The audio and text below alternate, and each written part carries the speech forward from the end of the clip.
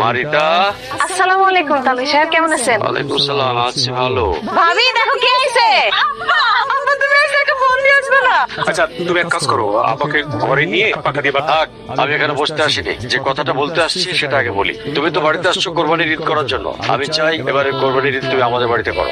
আপা আপনি বলছেন আমি না করতে পারি? মাত্র এবার তোমাদের সাথে ঈদ করা হচ্ছে না, আমি শ্বশুর বাড়িতে ঈদ করবো। তাহলে মারে ছাইরা শ্বশুর বাড়িতে ঈদ করবি? আম্মা এটা তো বড় লোক মানুষ, ওনাগো চিন্তাধারা তো ছোট পোলা সুলাইমানের মতো হইব না, তাই না? তাছাড়া আমরা তো আছি, আমরা তো সবসময় একলগে ঈদ করি। থ্যাংক ইউ আলিয়া আমাদের স্ট্যাটাস বোঝার জন্য। আমরা চলো ঘরে চলো।